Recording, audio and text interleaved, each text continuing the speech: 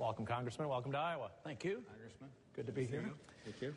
Congressman, America sold almost $300 million worth of corn to China last year, which was a 5-fold increase from the year before. Last year, American manufacturers like Vermeer sold $6 billion of farm equipment worldwide. Vermeer just signed its biggest customer deal ever yesterday, and it's all export. How would you open up more international markets for American manufacturers? Sounds like we're doing pretty good with China. Well, what you have to do is be more competitive, and we're less competitive to be the world producer because we have too much taxes, too much regulation. But it's also involved with a monetary system. When a country becomes the issuer of the reserve currency of the world, unfortunately, the biggest export is money. So there's a temptation to buy from overseas, increase your current account deficit, and then you go to consumption. That is our disease. We've been doing that ever since we've been issuing this paper currency since 1970. It's gradually getting much worse. So if you don't look at the regulations, the taxation, trade policy, and monetary policy, this is going to continue to get much worse. To the point of monetary policy, Congressman Bachmann mentioned a 2.5% economic growth in the third quarter. Largely driven by the consumer, but also exports were strong. Exporters like Vermeer have been taking advantage of the weaker U.S. dollar. In fact, Vermeer says that part of the reason they were able to sign the big contract this week was because of the lower dollar. The international buyer was able to take advantage of this. Yeah, when you get a lower dollar, it works for a little while, but it's not a solution. It's just temporary. And when you have everybody putting their money at different rates, everybody has competing devaluations. But it only lasts because we already see price inflation coming back here. So you lower the dollar, prices go up, and it cancels out the temporary benefits.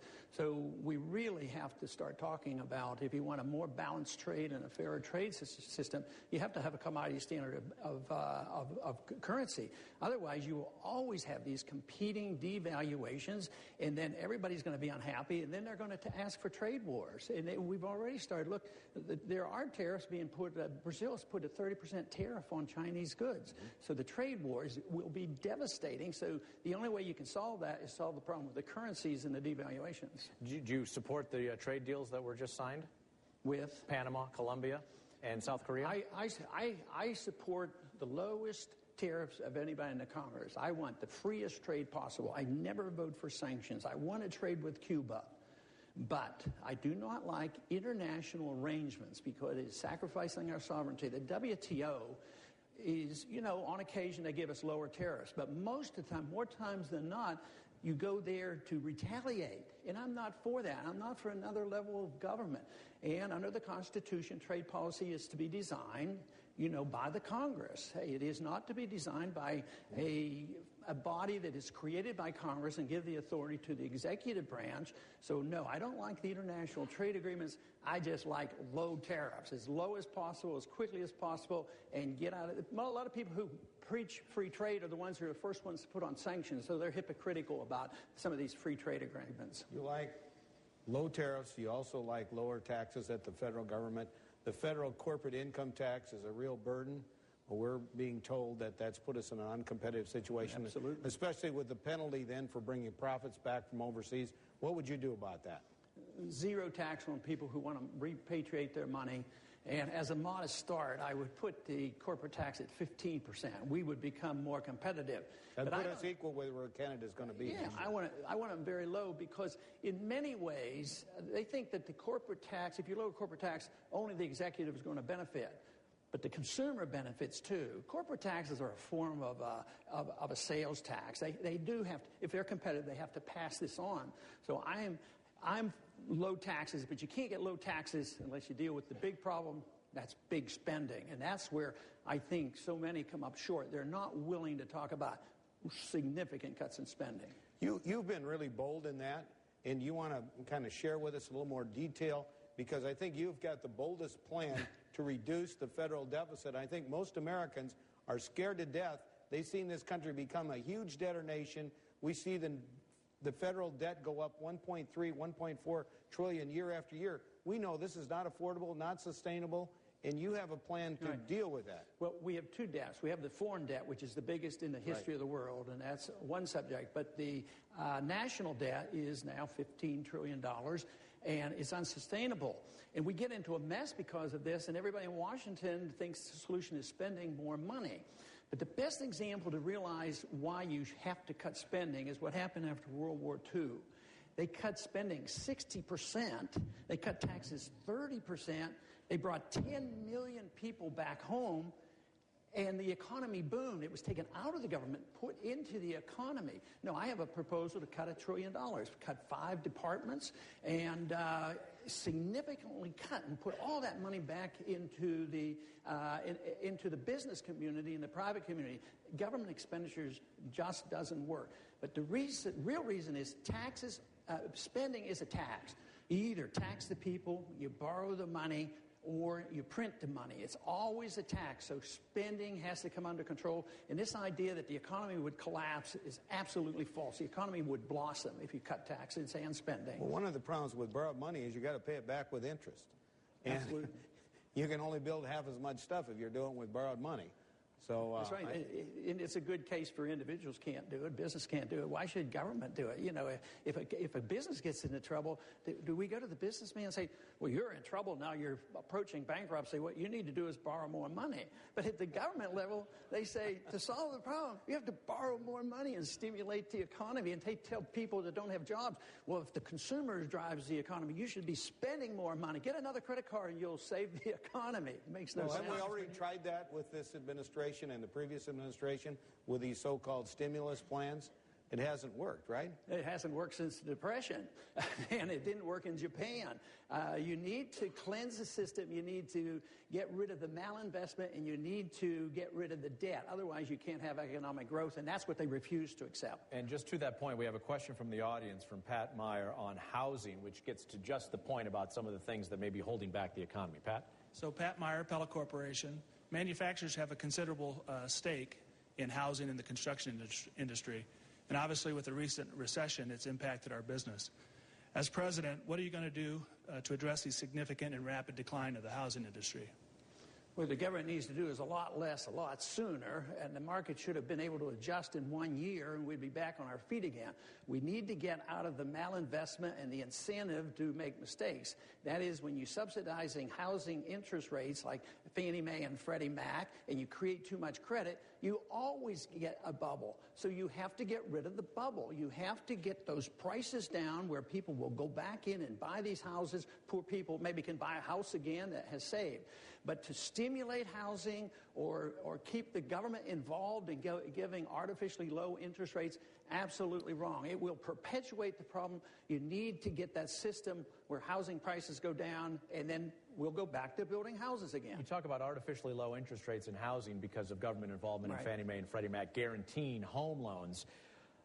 The Treasury market, the Treasury Department can borrow at less than 4%, borrow that money for a decade. That's not being withheld. That's not being artificially held down. That's what the market is saying it can bear. You're a free market guy. I mean, the market is saying that interest rates ought to be low.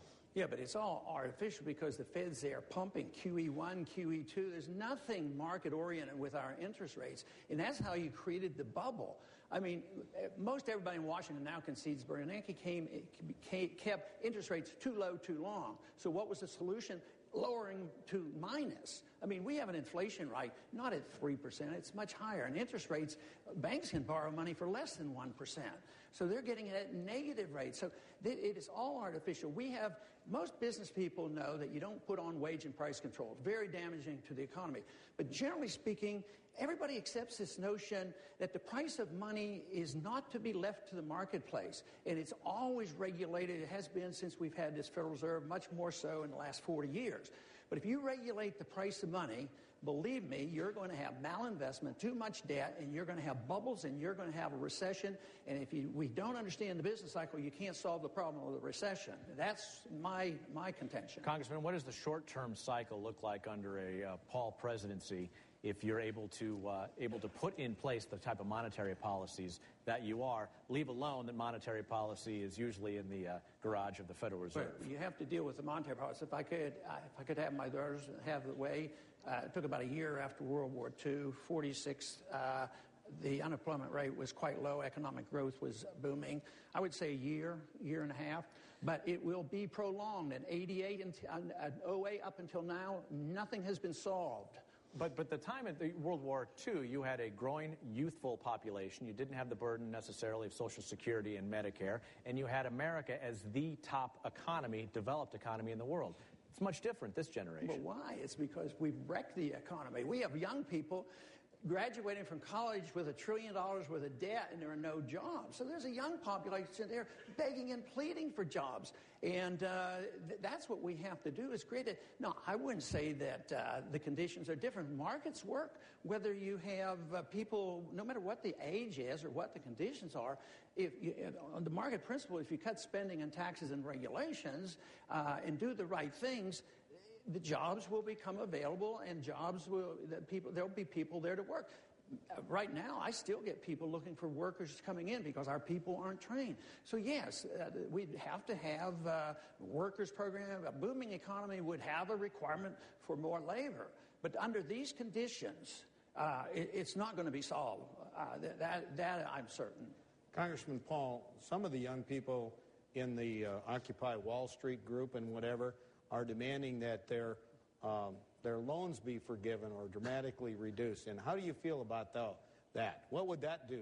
Would that make things better or worse? Well, it would just be more interference. It was created by the government, by Sally Mae, and all. No, they shouldn't be given. We should give them jobs so that they can start paying that debt down. But that's where our real problem is. But it's a mixed bag on Wall Street. Some are complaining they want more stuff handed out from the government and get out of their debt. Others are there demonstrating against the Federal Reserve. I sort of like the second half. You've talked about your desire to have a more transparent monetary policy coming from the Federal Reserve. The way that the terms are situated for the Federal Reserve Board governors, of course, are designed to cross over administrations and governments here in the United States. The chairman, Ben Bernanke, is due to hold a news conference tomorrow after an interest rate meeting. What would you like to hear from the chairman tomorrow? He was resigning. That